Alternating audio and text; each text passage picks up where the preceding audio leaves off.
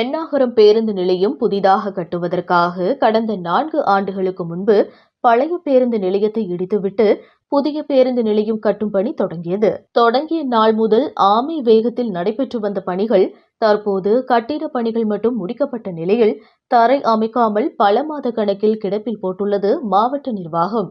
இதுகுறித்து பலமுறை பொதுமக்களும் புரட்சிகர மக்கள் அதிகாரமும் ஆர்ப்பாட்டம் போராட்டங்களை நடத்தி வந்தது. தற்போது தற்காலிக பேருந்து நிலையத்தில் அடிப்படை வசதிகள் ஏதுமின்றி மக்கள் நிற்கக்கூட இடமில்லாமல் வெட்ட வெளியில் மழை வெயிலில் காத்திருக்க வேண்டிய நிலையில் பொதுமக்கள் உள்ளனர். மேலும் குடிநீர் வசதி, போதுமான கழிவறை வசதி போன்றவை முற்றிலும் இல்லை.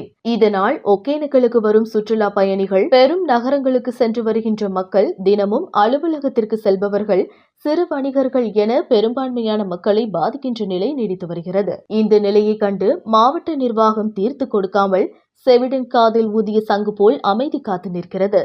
எனவே இந்த பேருந்து நிலையத்தை போர்க்கால அடிப்படையில் பணிகளை முடித்து உடனடியாக திறக்க வேண்டும்.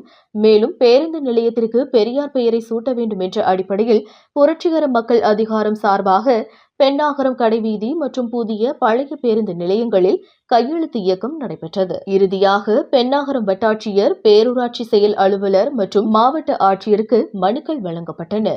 தருமபுரியில் இருந்து ரிப்போர்ட்டர் சீனிவாசன்.